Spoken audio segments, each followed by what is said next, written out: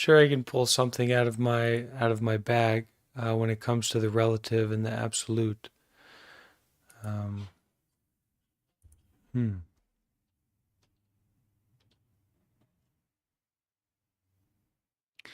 So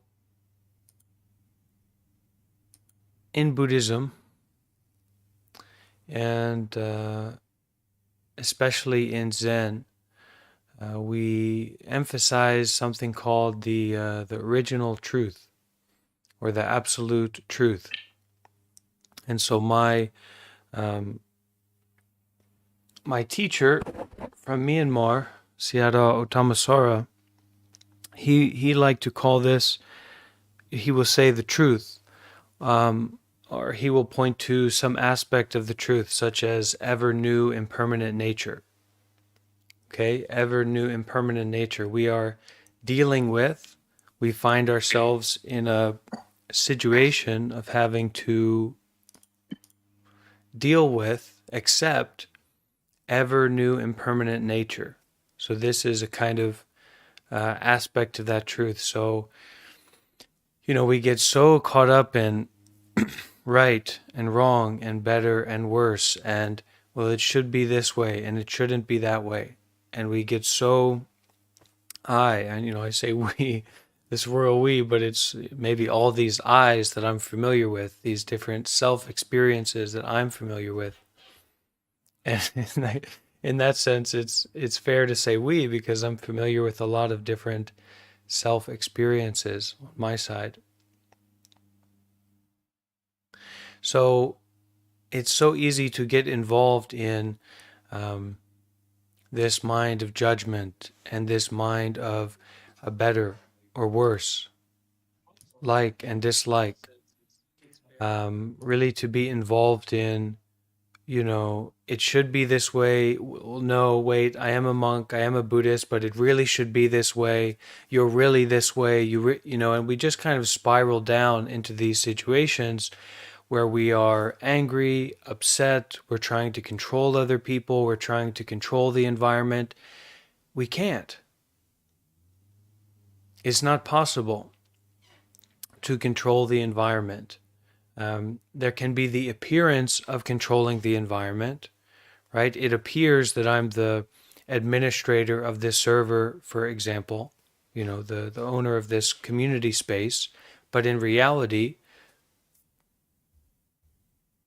it's not quite like that. So this is more a condition that appears, okay? And so these conditions that appear that can be either, seem very real or seem very not real, very pleasant or very unpleasant, very ideal or very not ideal. These are just conditions that appear. And they are subject to the truth. They are subject to ever new impermanent nature. So they're not that particularly real. They seem real, they appear real when we get really stuck and we get really involved in a particular way of seeing things or a particular way of um, trying to react or to control things. It seems so real, right? We're ready to kill about it, really. We're ready to do whatever we have to do, desire to do, want to do, to push out this kind of control or force on this idea that we are grabbing onto, holding onto. So, what can we call this idea? We can call it the created truth. Okay, there is the truth of ever new impermanent nature. There is original truth, which we can say is not perceivable, not graspable by you or by me. But it's beyond you or me. It's beyond even birth or death. But we can point to birth and death as a way to understand it, the profundity of it, the depth of it, the reality of it. So the Buddha often talked about enlightenment in terms of what it's not. So it's not a pleasurable experience.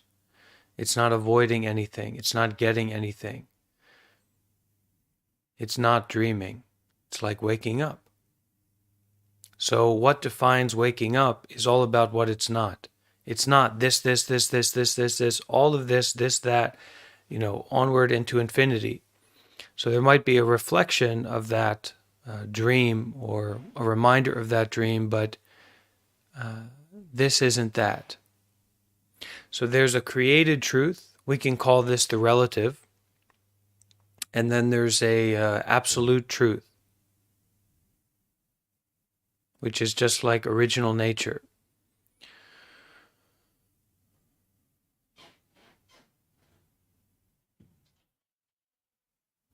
So with an awareness of the relative and with an awareness of the absolute, I would say in this context, it's an awareness of your ever new impermanent nature right here at this moment. That it's much, much, much, much, much, much, much, much more true that you can die at this moment than it is that you're going to live tomorrow, that you're going to be alive tomorrow. Infinitely more true.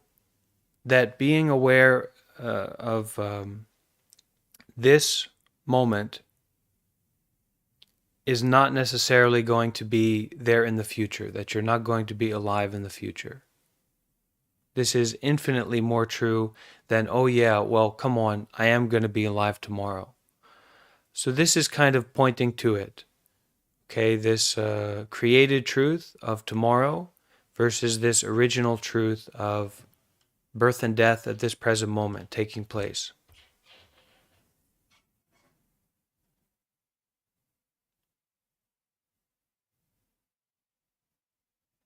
So how do we hold the relative and the absolute together?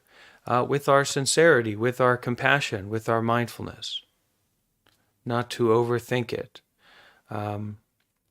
We say, well, this person is holding on to this idea. They must be a lunatic. No, you're the lunatic. Okay? You're the ridiculous person. You are the suffering, confused person. Okay? Has nothing to do with other people. And we don't go out of our way to force the truth on other people, because that's not the truth. The truth is nature. The truth is reality. It is in the essence of everything. Go and take a bath. Go and take a shower. Go and eat. Go and urinate, defecate, die. Okay, that's where the truth is. It can't be forced onto anyone. It can't be explained to anyone. And in the same way that you are grasping at it, or you see it for yourself, or you imagine that you see it for yourself, the best you can do is point to the truth. Okay? But for most of us, we're going to then look at our finger pointing to the truth and think that's the truth. That's not the truth. It has nothing to do with the truth.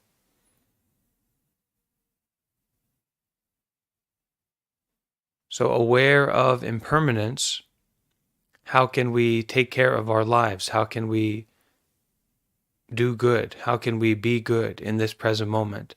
Really, truly aware that we don't know what's going to happen tomorrow, or if we will even be here tomorrow. And the created truth should not be relied upon. It should be used only.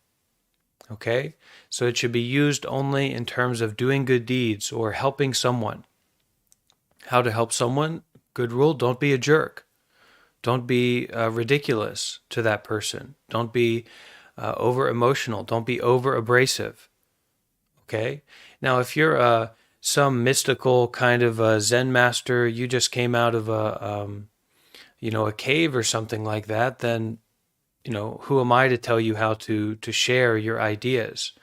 Okay? Or if you're talking in a particular way with a particular person who is kind of open to your perspective and your position, okay, well, that's your prerogative to share in the way you want to share.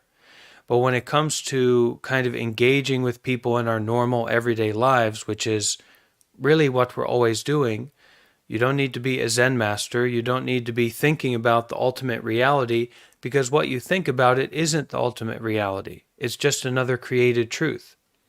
It's just something that you're kind of fixated on and holding on to at this moment. So the good rule is don't be a jerk. And it's a kind of a Zen master from he's Jewish, from a Jewish heritage, but American, and named Bernie Glassman.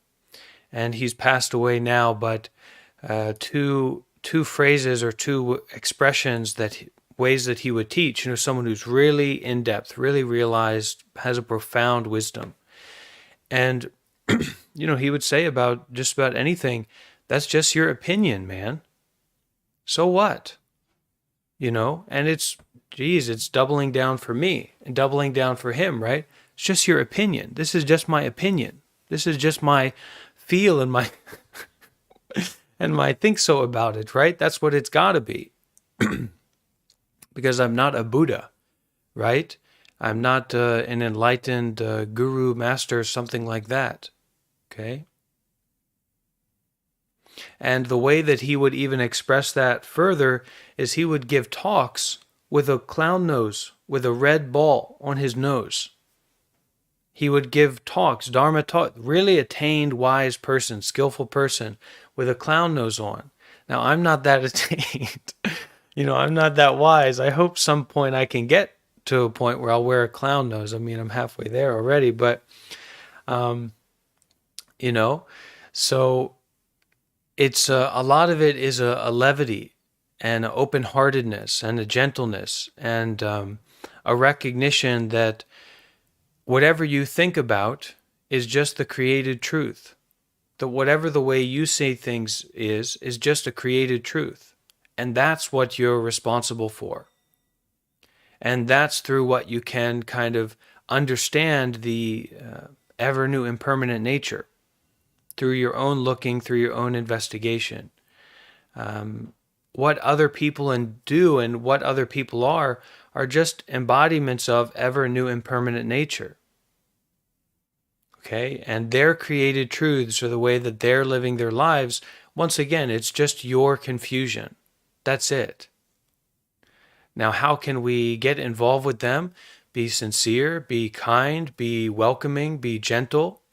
And that's about it, to the best of your ability. If you have this very special, deep experience, or you're living in a certain way, then you can express in that way. But you don't go out of your way to be abrasive to people. Even in my life as a monk, because I interact with people in a certain way. Monks have certain ways that it's like you're in you're the odd one out, but you're supposed to be the odd one out in a kind of selfless way and be an example for other people. So even in my life, as I've been a monk for 4 years, and when I go out to be with other people, when I'm invited out, when I'm in relationship with other people, I'm learning, I'm trying things out about how to best express my experience from a place of sincerity. Okay? So maybe I don't believe in you. Okay? And I don't necessarily even believe in myself. But that doesn't mean that I have to hold on to some rigid perspective of acting how I imagine I should act that way. It's flexibility, it's openness, it's learning, it's being humble, it's being simple, it's being sincere. And this recognition of ever new impermanent nature, right? Everything is impermanent, everything is changing, is this key to our sincerity, that we can really show up, we can really be here at this moment, we can keep learning, we're still beginners, we're not an expert. When you're an expert, you put your chin all the way up and you walk around like this, and you can barely see anyone. You can barely learn from anyone. So you might be lucky enough to keep your chin up, your whole life, although that wouldn't really be good luck. But eventually, you're exposing your throat. And you might not be ready for the kind of situation that happens to you. You can't see where you're walking. But the greatest disadvantage is you're not able to learn and grow from all of these experiences that are happening moment by moment. So the natural expression of wisdom, or the other face of wisdom, the back of the head of wisdom, is compassion. Okay, two sides of a coin. Wisdom and compassion go together. So to the degree that you think you really get it and you really understand, especially when it comes to other people, like, oh, they don't get it. They're stuck on appearances and I'm not. I can see through it. Why won't they cooperate with me? Or why won't they listen to me, right? They just don't get it. No. The other side of that, and that wouldn't even be wisdom, but the other side of wisdom is always compassion, a seeing of other people suffering and a wish for their suffering to be alleviated, period. Not your self idea of who they are, who they should be, or what they should do. You just want them to not be suffering anymore. You just want them to be free, period. And that should always go together on our wisdom. That ultimate wisdom, that real profound understanding of impermanence in the here and now, this moment by moment birth and death, it's all about compassion. To the degree that you really are wise, that means that you're really compassionate. You're really patient. You're really gentle. You're really care just for that other person's suffering to end, not even to fix their problem, let alone to work together with them. You want them to be the way that you want them to be. No, that's completely out of the picture. You just want them to be free. You just don't want them to suffer anymore. And so in that way, there's this flexible relationship and learning and growing.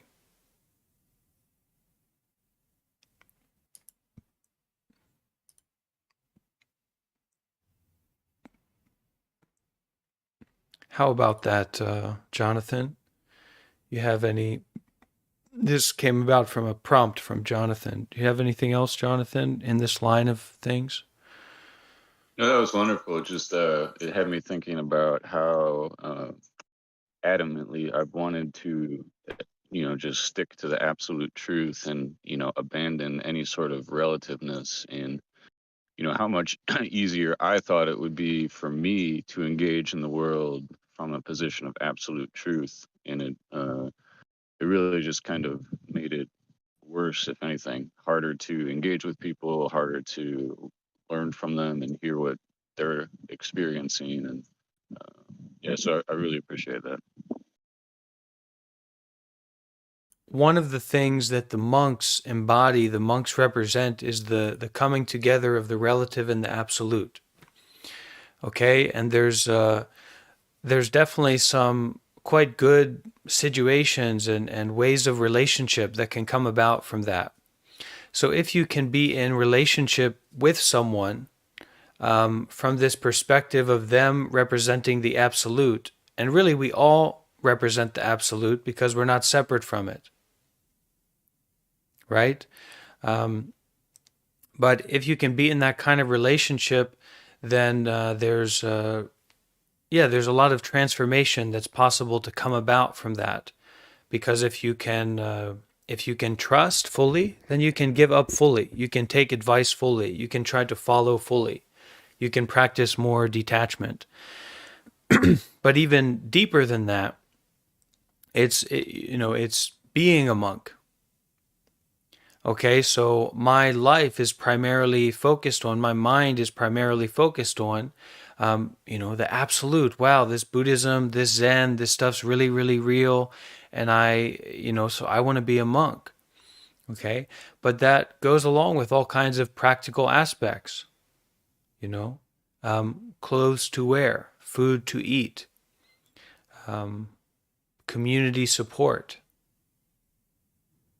If you don't have that, then you're just going to die. So the relative and the absolute are completely together, completely go together. Even the Buddha himself, the fully enlightened, fully awakened one, right?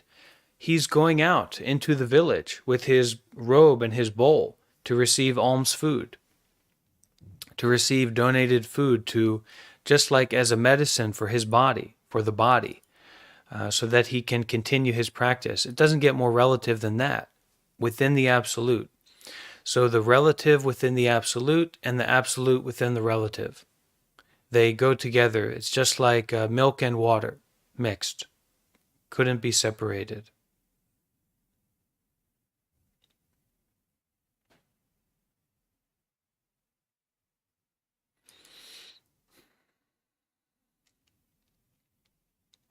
Anyone else have some sharing or a question?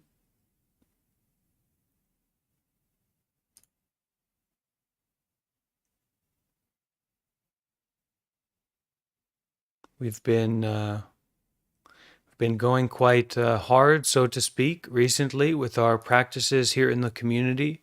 2 a days, 3 a days sometimes. So it's a good opportunity to ask questions or bring anything up, especially in this Zen realm.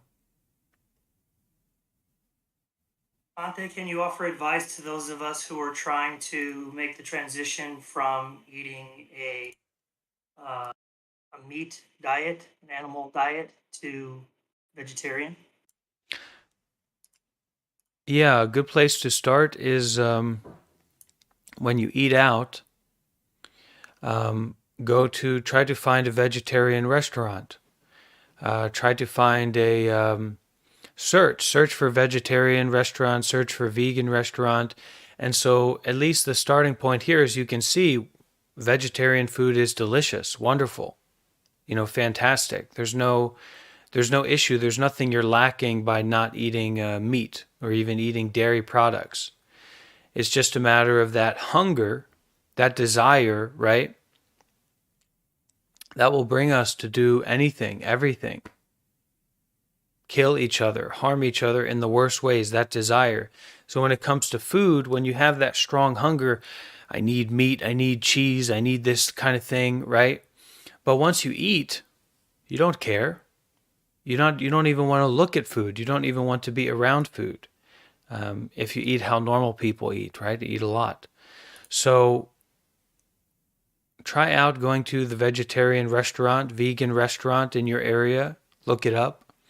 Also, Thai restaurants will have vegetarian options, and you learn that vegetarianism is good, tasty, and then you can look for some recipes online, and you can start making a meditation practice of cooking. That's a big way you'll lose weight, you'll eat a lot healthier, you'll eat more vegetables. I mean, there's all kinds of sauces out there. If you make rice and vegetables and tofu with a sauce, I mean, that's plenty delicious, plenty good. And there's all kinds of recipes that are more in depth than that are, a lot more tasty also. And then there's all kinds of meat substitutes. But it's just like with anything, try. Start to try. And then you will become skillful at it, whether you like to or not, if you're willing to try.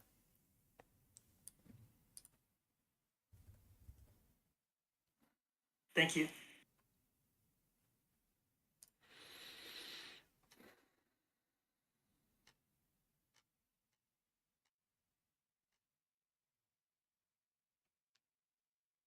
Okay, so there is a chant from one of my alma maters, the first kind of training I had, the first Zen center I stayed at, meditation center I stayed at, and there's a text from their chanting book called The Identity of Relative and Absolute.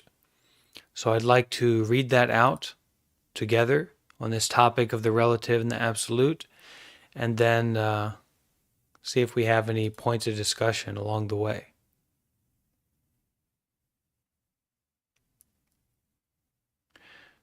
The mind of the great sage of India is intimately conveyed west and east, the Buddha.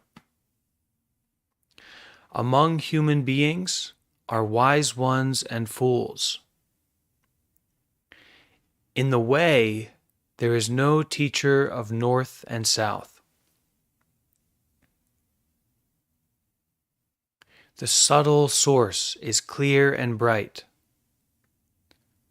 The branching streams flow in the dark. To be attached to things is primordial illusion. To encounter the absolute is not yet enlightenment. All spheres, every sense and field, intermingle even as they shine alone, interacting even as they merge, yet keeping their places in expressions of their own. Forms differ primarily in shape and character, and sounds in harsh or soothing tones. The dark makes all words one. The brightness distinguishes good and bad phrases. The four elements return to their true nature, as a child to its mother. Fire is hot, water is wet, wind moves and the earth is dense. Eye and form, ear and sound, nose and smell, tongue and taste, the sweet and sour, each independent of the other, like leaves that come from the same root. And though leaves and root must go back to the source, both root and leaves have their own uses.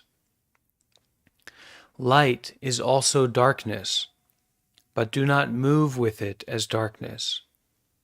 Darkness is light, but do not see it as light. Light and darkness are not one, not two, like the foot before and the foot behind in walking. Each thing has its own being, which is not different from its place and function.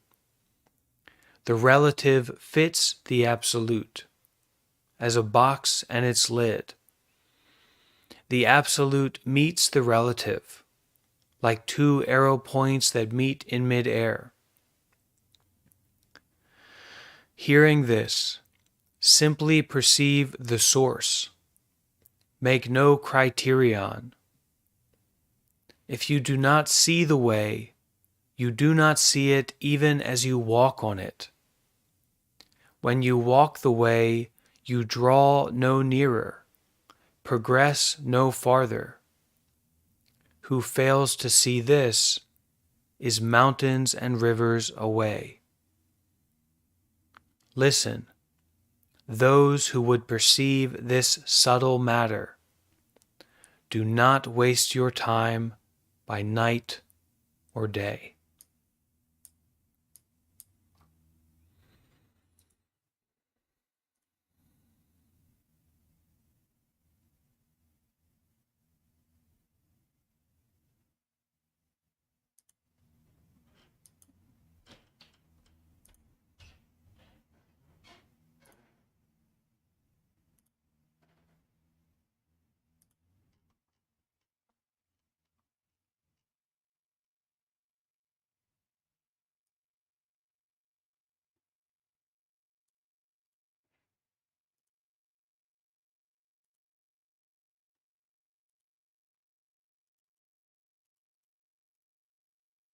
What do we think about this? Oh, I also share a copy of it in the voice text. It's not formatted very well, but it is readable. I can reformat it here.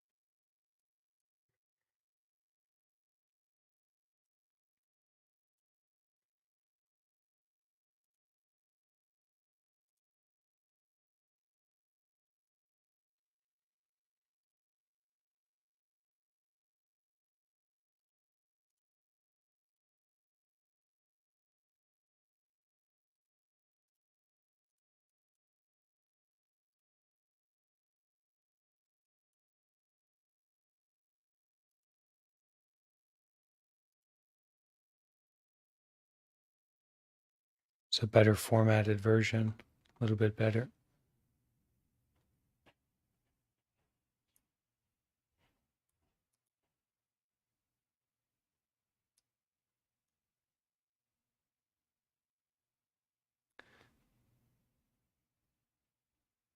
Questions, comments, sharing experience? I'm just really stuck on that whole line of light is also darkness, but then move it as darkness. It's just such a that just stuck me there. I don't know what to say about it really. How is light darkness? That's just really I have no words for it. Really, really stuck me there.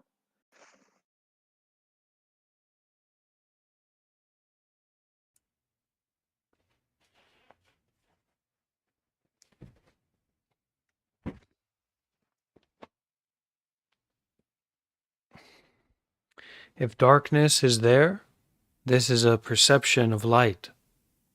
If the light is there, this is a perception of darkness. But you should not see darkness as light. You should not see the light as darkness. So this is to hold the relative and the absolute. Okay?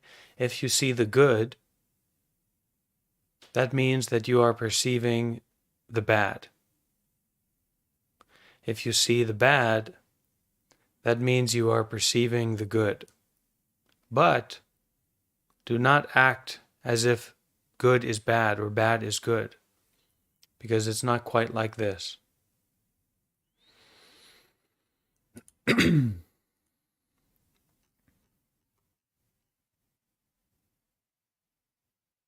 And always remembering in these situations the convenience of the beginner's mind. So if you don't know, if you don't understand, that's quite lovely, isn't it? You can learn, you can grow. Also, you're not so easily tricked, because you might think that you know something or think that you understand something.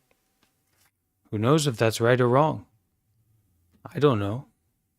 So use the beginner's mind, right? Use this kind of, not to be an expert, but what works?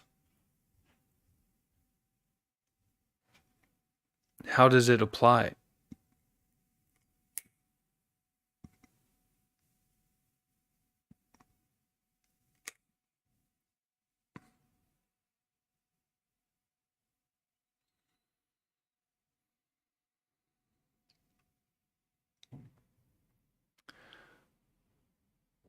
So someone had asked about to say something about no self.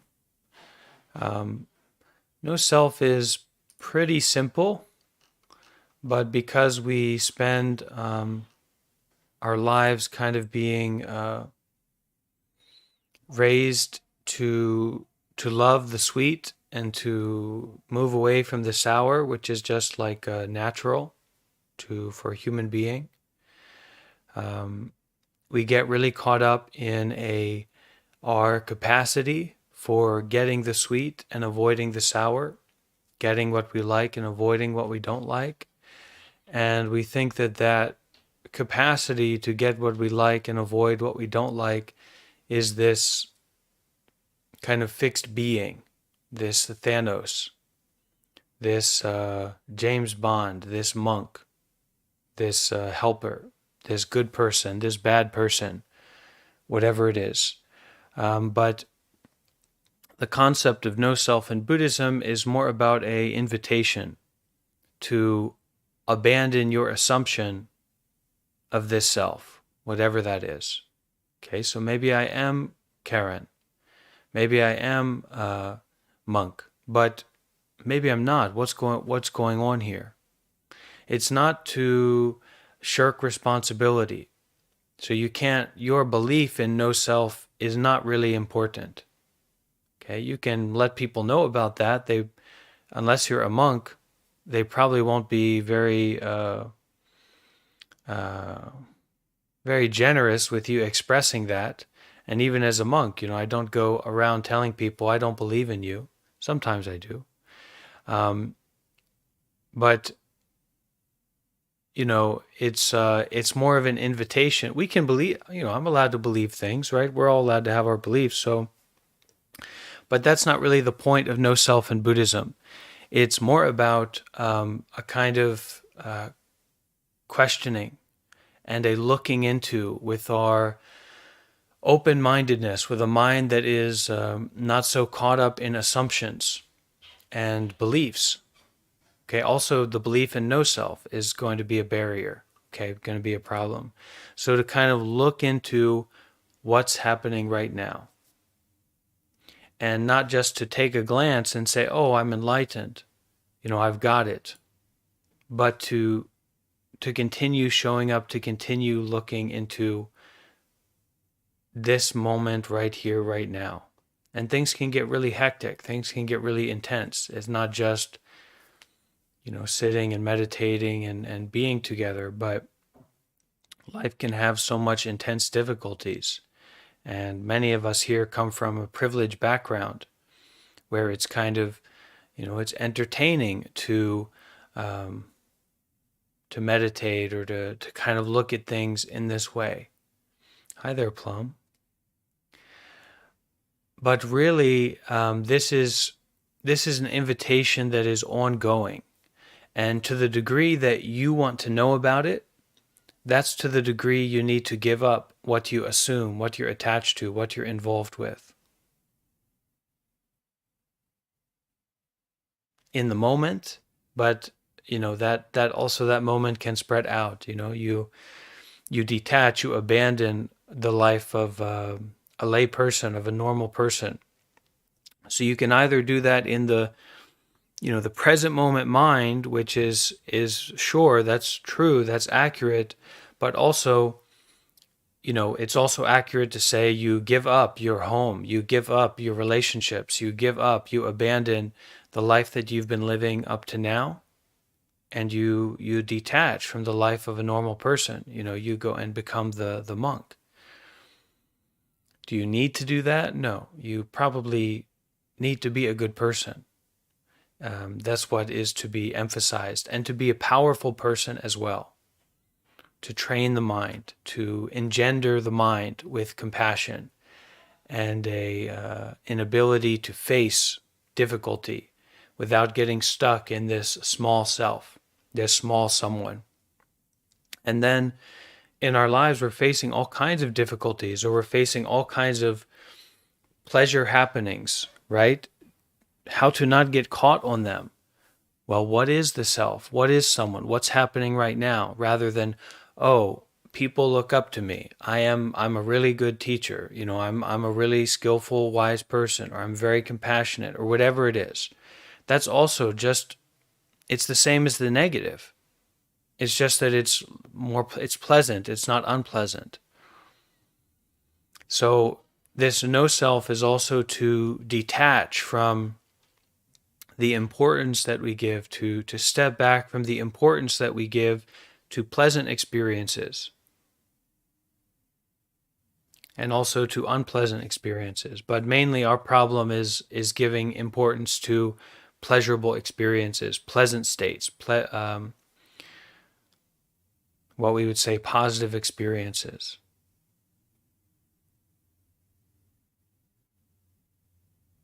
To the degree that yourself, you attach to someone getting this pleasure, and someone who is in this status, and someone who has this wealth, whatever kind of wealth it might be, someone who has this health of the body, you're tying a knot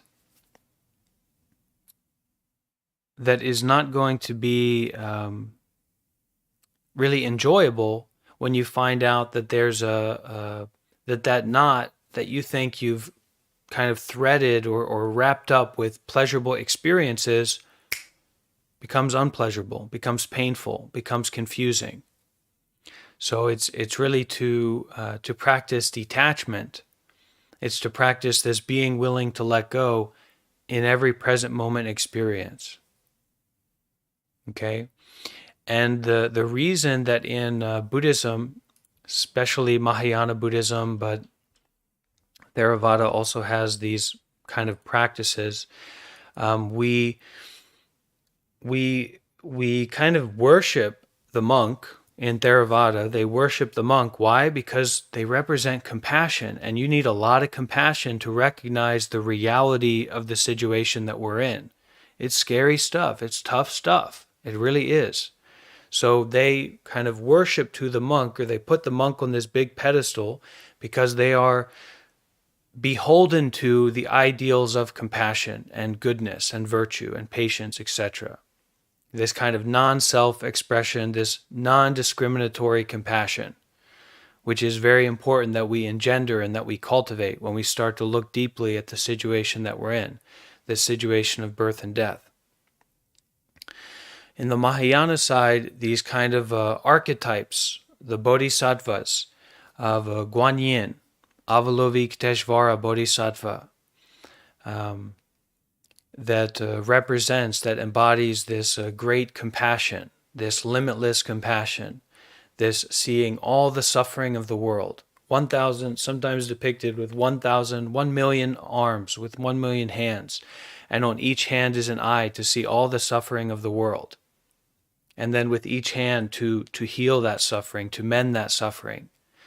So this is why in Buddhism we kind of have those practices of, we would say worship. It's not worship in the same way as in the Western context, but it is fair to say worship because you need it. You need these kind of supports when you start to get deeply into the reality of the situation that we find ourselves in.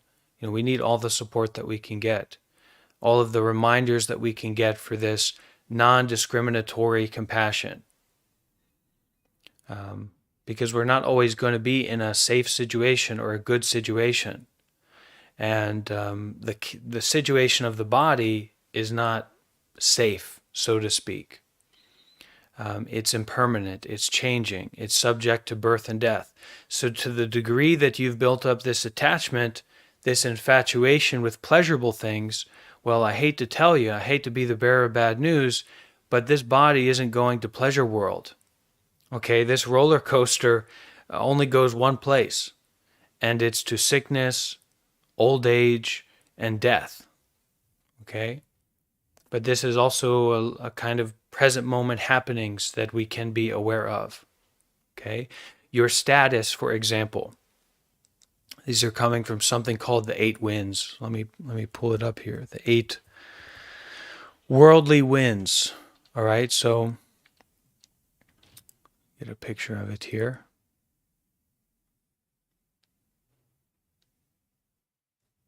Yeah. So your status, okay, that you like, you're a good-looking person, you're a wealthy person, people respect you, people like you, certainly people like me, right? So my status of being a liked person or being a praised person, a liked person, to the degree that I attach to that, that's to the degree I'm going to suffer. Period. Because it's a wind. In the same way that this wind, this worldly wind has blown of people being kind and friendly to me, right? That's just a wind in the same way of the opposite side, people hating, people disliking. Now, in a small context, like in a context that you're comfortable with, like somebody's nice to you at the Dairy Queen or at the grocery store, someone says hello, says hi, it's not so disturbing, it's not so intense. Okay? Or someone says, F you at the gas station, that's also, it's not so disturbing, it's not so intense, but it can be, the negative can be, because we're very attached to the positive. But I'll tell you, if you're put in front of 200 people or something like that, and you're put on a throne in a position of status, whatever it might be, you better believe that's intense. And at that point, the separation, the differences between status and disrepute, there's not actually a big difference between it. It's just a kind of energetic experience. Okay, it's a kind of quality of mind, but we kind of like a certain, or our mind grasps onto some affect, some like or dislike about that energy, about that experience. And then we call it praise, or we call it disrepute, blame, praise and blame. But it's the same kind of thing going on.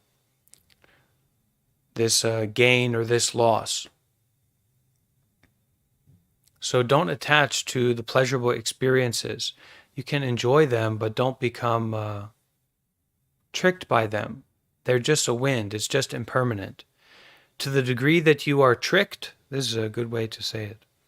To the degree that you are tricked by praise, you will be tricked by blame. And these kinds of things just come and go. We can't make it so that we only experience one of them.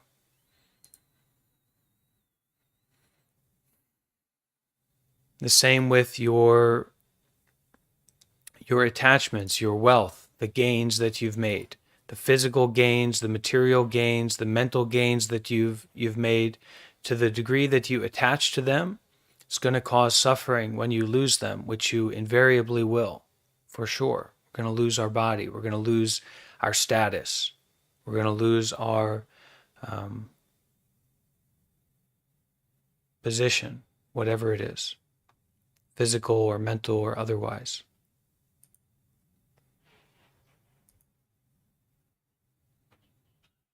Maybe someone can share about this.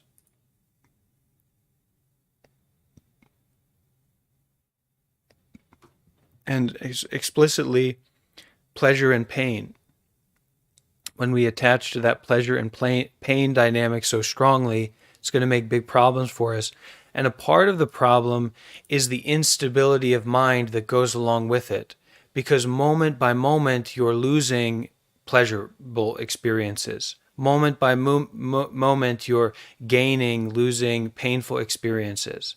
Okay, so if you are fixated on status, if you are fixated on pleasure, if you are fixated on praise, if you're fixated on gain, you're going to be a confused person, because these things are constantly blowing around, just like the wind.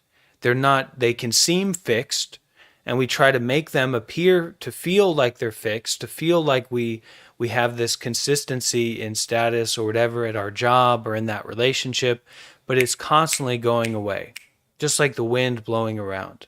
We have to kind of make ourselves ignorant to ignore the fact that status, that gain, that pleasure is constantly going away, to perpetuate just the appearance of it, like our illusion of it, that these things are somehow fixed or can be relied upon.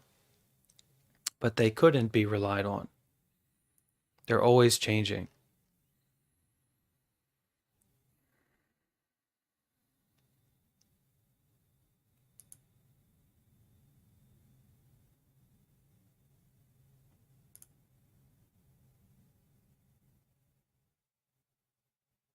Okay, Amanda.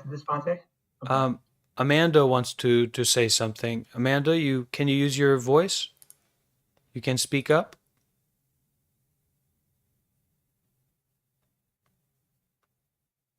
Amanda, are you there? You should be able to speak. We can hear you. Oh, can you hear me now? Yeah, go ahead. Oh, okay. Sorry, I couldn't find where the microphone was. Yeah, I was just wondering if some attachment is worth the pain. Like if the goal is always to have no form of attachment to something ultimately, or if it's more about willingness to experience both and acknowledge it for what it is. Which is more.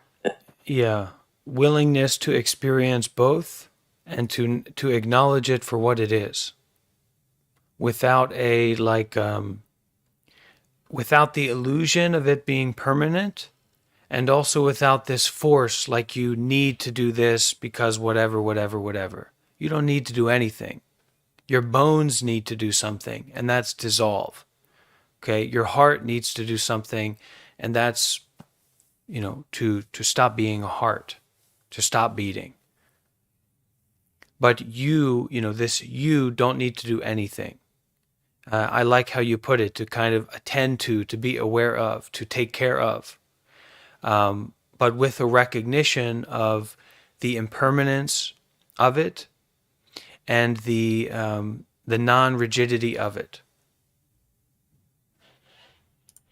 So, for example, attachment to a parent or attachment to a child, something like that. The not being attached is not rejection; it's holding gently. Okay, it's a sincere awareness. It's holding gently, and if all that you can do is hold gently with a good intention, then that's fine. That's wonderful. Do that. Do your best. But if you can hold gently with wisdom, okay, with the understanding that your body is impermanent, your loved one is impermanent, then that's holding gently with wisdom. It's not rejection. And in the same way, that it's not just the way that things appear. Don't get stuck in the appearances, especially when you're raising a child, especially a small child. You kind of want to, it's not like they're a diary, that their brain is a diary for you to write into and talk into and kind of put a script into, but rather that the value and the power of a child is in the neuroplasticity to absorb and experience and develop through living in the world kind of openly and flexibly and vividly. But if we get locked into like, this is who I am this self, and that person is that self, then we're also locked into how we interact with them. And this can be very abrasive and kind of confusing and debilitating. So hold gently and ideally hold gently with wisdom, and then from that place, doing your best to take care, to attend to. And sometimes doing your best is that you just have to let go. You just have to be patient and let go. But that real letting go is never rejection. It's the difference between, in some cases, it's the difference between, okay, I'm holding this and now I turn my hand and I drop it. Okay. Versus, let's say that's letting go, and maybe it is dropped. Maybe there is some drop, there's some force, and you letting go, versus to throw. To say no, I don't accept that. I won't be near that. This is a rejection, and this is just the other side of it is attachment. It is a form of attachment to reject, because you need a lot of attachment to pick something up and then throw it. It's an active attachment. So the letting go in Buddhism is never about rejection, but more of attending to gently and with wisdom.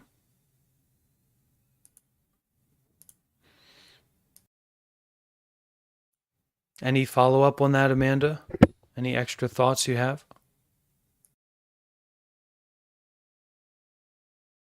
No, I mean, I think I understand it a little bit more. Thank you.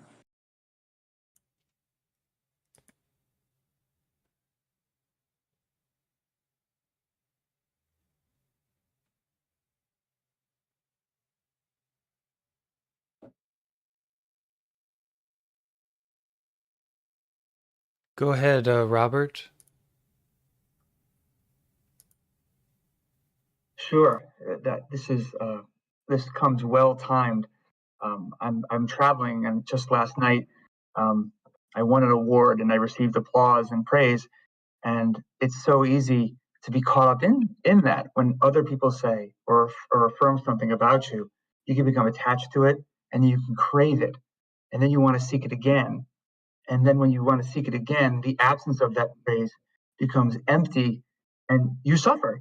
And so for me, this morning talk, it could not be more perfectly timed. And I think the analogy of praise and blame being like the wind is an analogy, and that how we detach is to gently let go, as you have said, not affirmatively reject. Both pleasure and pain will only last a short time, at least in that immediacy, that suffering instead of pain is probably the better word. So thank you for sharing this. And it is that addictive part, I think, that can capture us and entrap us and truly make us suffer.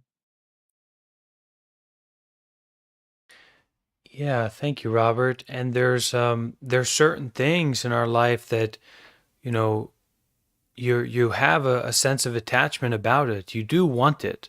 It doesn't matter if I don't want it. You get into a position where you can either reject, you can either fight against something, or you can just recognize that this habit energy, this kind of clinging is coming up, and you just don't be involved with it. Don't do this to, don't reject it. Don't do anything. Do as little as you can at that moment, so that you're not feeding or perpetuating that kind of habit energy that you can. Just take that moment. Might not be ideal. You might wish that you knew what to do in that situation, but just to be aware of that feeling, that pull, that interest, and not to get involved with it, and not to take it so seriously, even if it seems like a serious situation.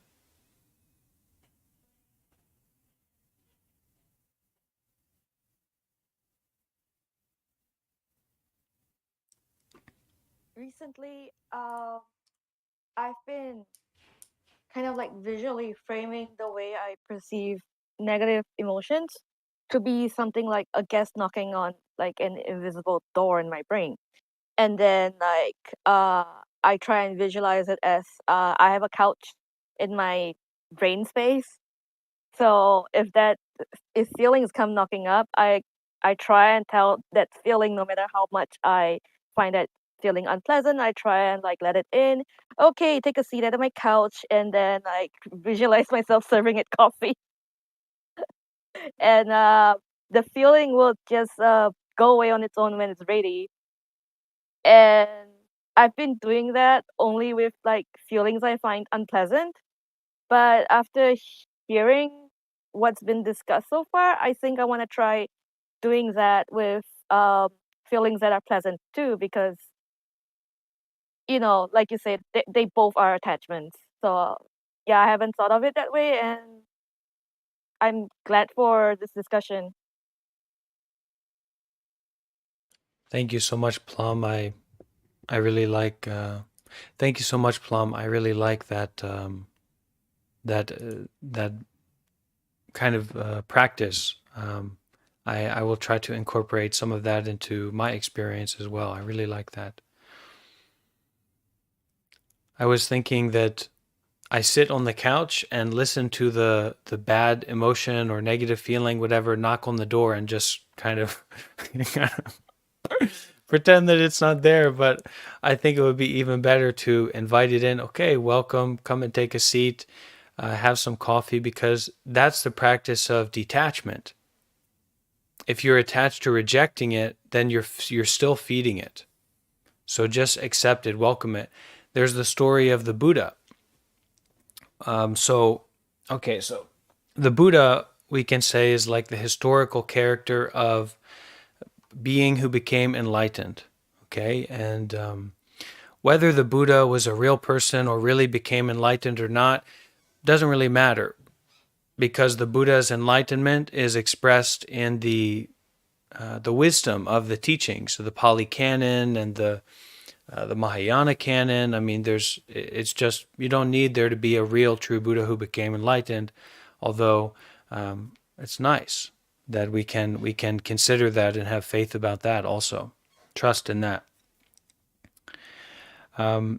But so in Buddhism, okay, so we have the Buddha who became enlightened, and then we have there's all kinds of like religious and spiritual and kind of mystical stuff in Buddhism. It's not all secular, and it's some of the things would be very strange, very confusing, but a lot of it can be understood as archetypes and representatives of different aspects of the mind. So one of the big aspects of the Buddhist tradition is this kind of anti-Buddha. Probably not the best word, but Mara.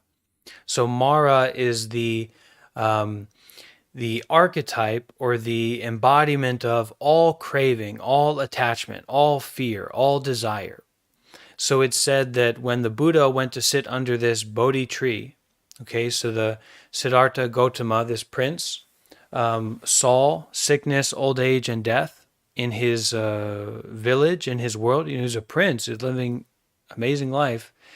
Went out one day, saw this sickness, old age, and death, and he said, "This life as a prince, this life that I'm living, is not going to help me deal with these truths of sickness, old age, and death. And in fact, not only that, but I want to go beyond it. I want to go beyond sickness, old age, and death." So the Buddha left his life as a prince and began this journey of renunciation.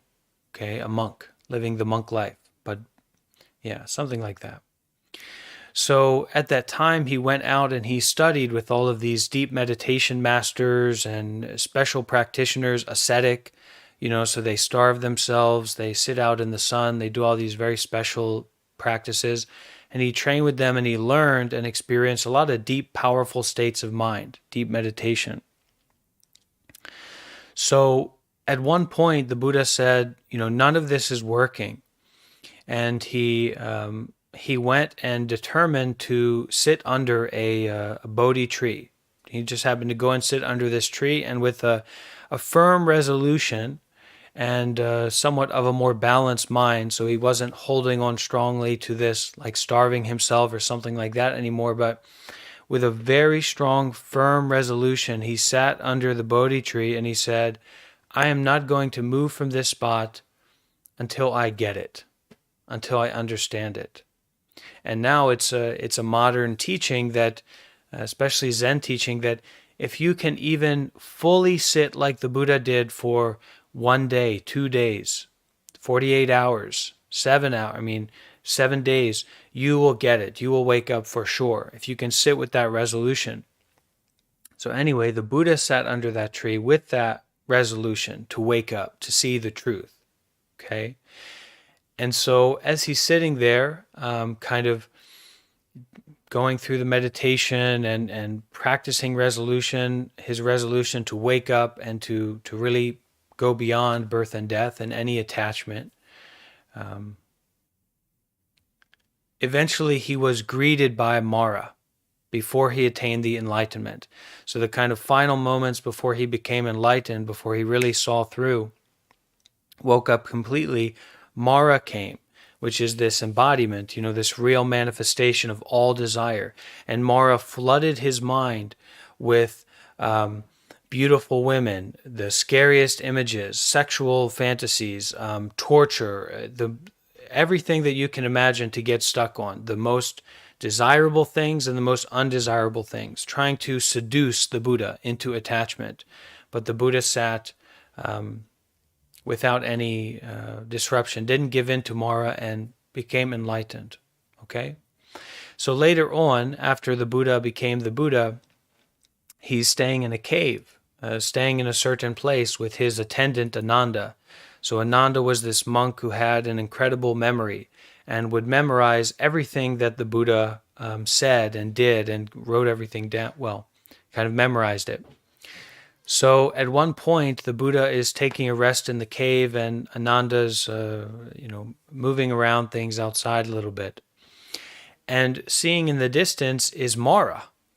Mara, this embodiment of, what we would call evil, but more like an embodiment of unskillfulness, embodiment of desire and fear, etc., comes up, sees Ananda and says, "Hey, Ananda, I'm coming by. I'd like to see my old friend. I'd like to see the Buddha."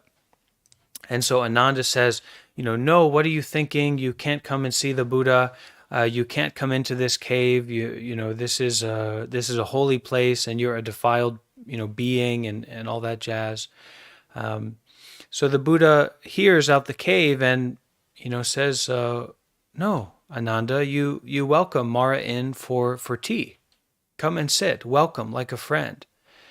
So this is a really deep practice, Plum, and I thank you for sharing that with us, because if we can if we can see Mara as a friend, then that means we don't get into a fight with our difficulties or those negative states of mind. It means we don't feed them. We're not afraid of them. We don't need to reject them. We don't need to seek them out. We should be careful not to go around and looking for problems, but when they come up, we can invite them for a cup of tea and sit with them with a lot of friendliness and open-heartedness, open-mindedness.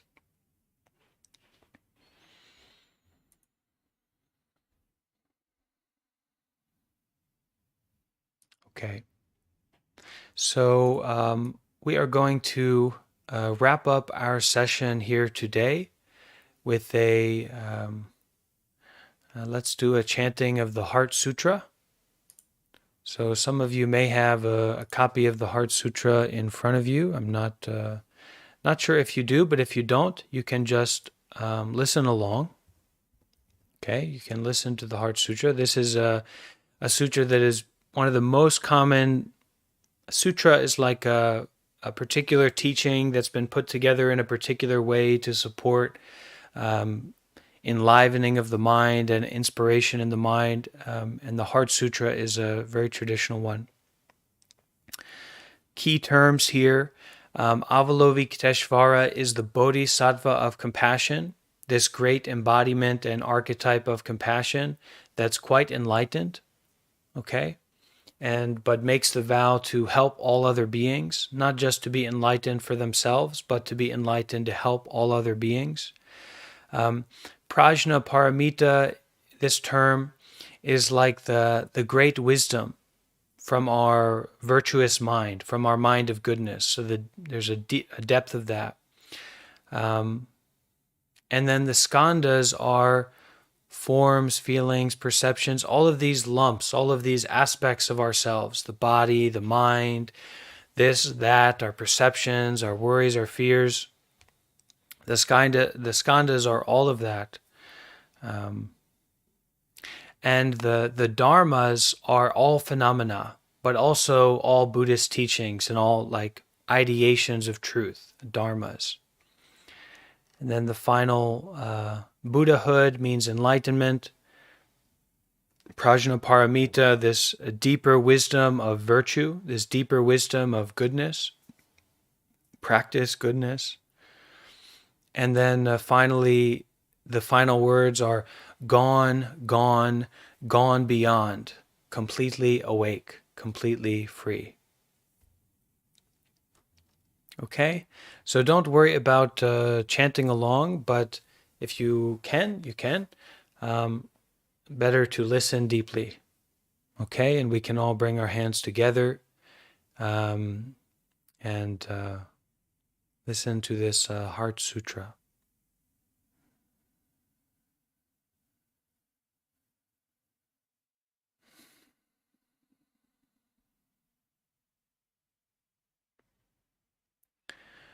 Mahaprajna Paramita Heart Sutra.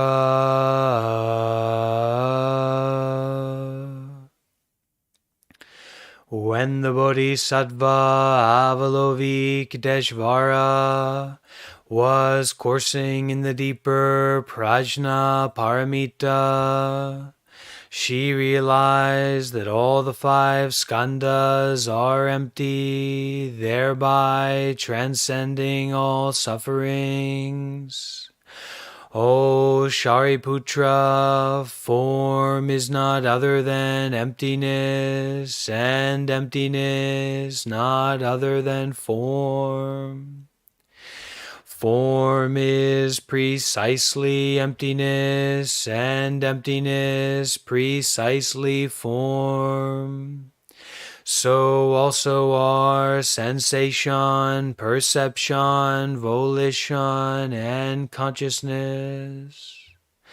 Shariputra, this form of the emptiness of all dharmas is non-arising, non-perishing, non-impure, non-pure, non-increasing, and non-decreasing. Therefore in emptiness there is no form, and no sensation, perception, volition, or consciousness. no eye, ear, nose, tongue, body, or mind. No sight, sound, smell, taste, touch, or thought. There is no realm of the eye, all the way up to no realm of consciousness. There is no ignorance, and also no ending of ignorance, through to no aging and death, and no ending of aging and death. There is no suffering, no cause of suffering, no cessation of suffering, and no path. There is no wisdom, and also no attainment.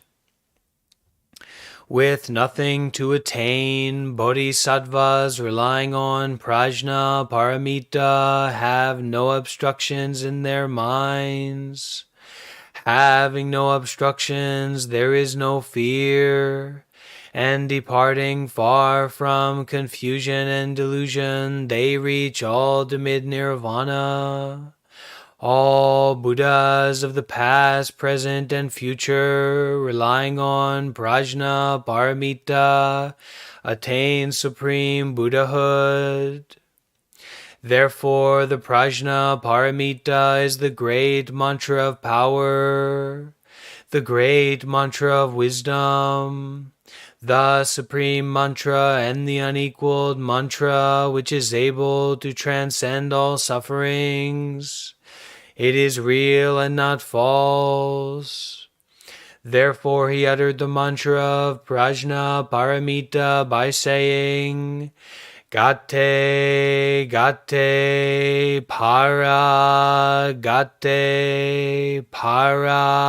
somgate, bodhisvaha.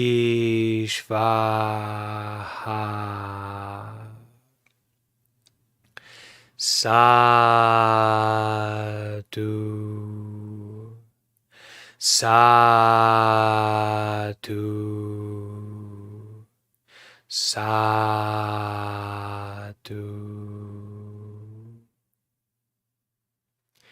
And we can make a bow.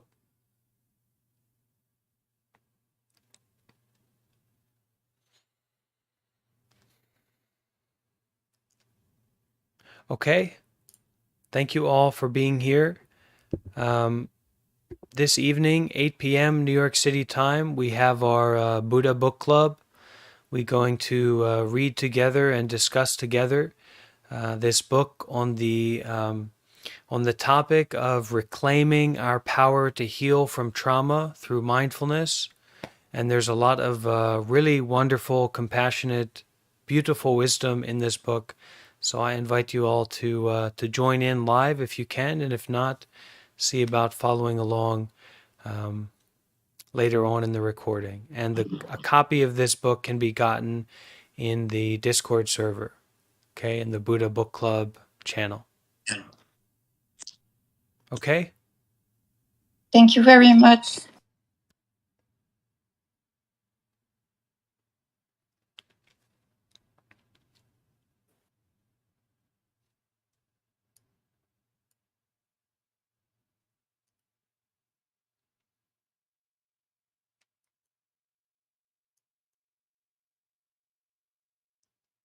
We made it.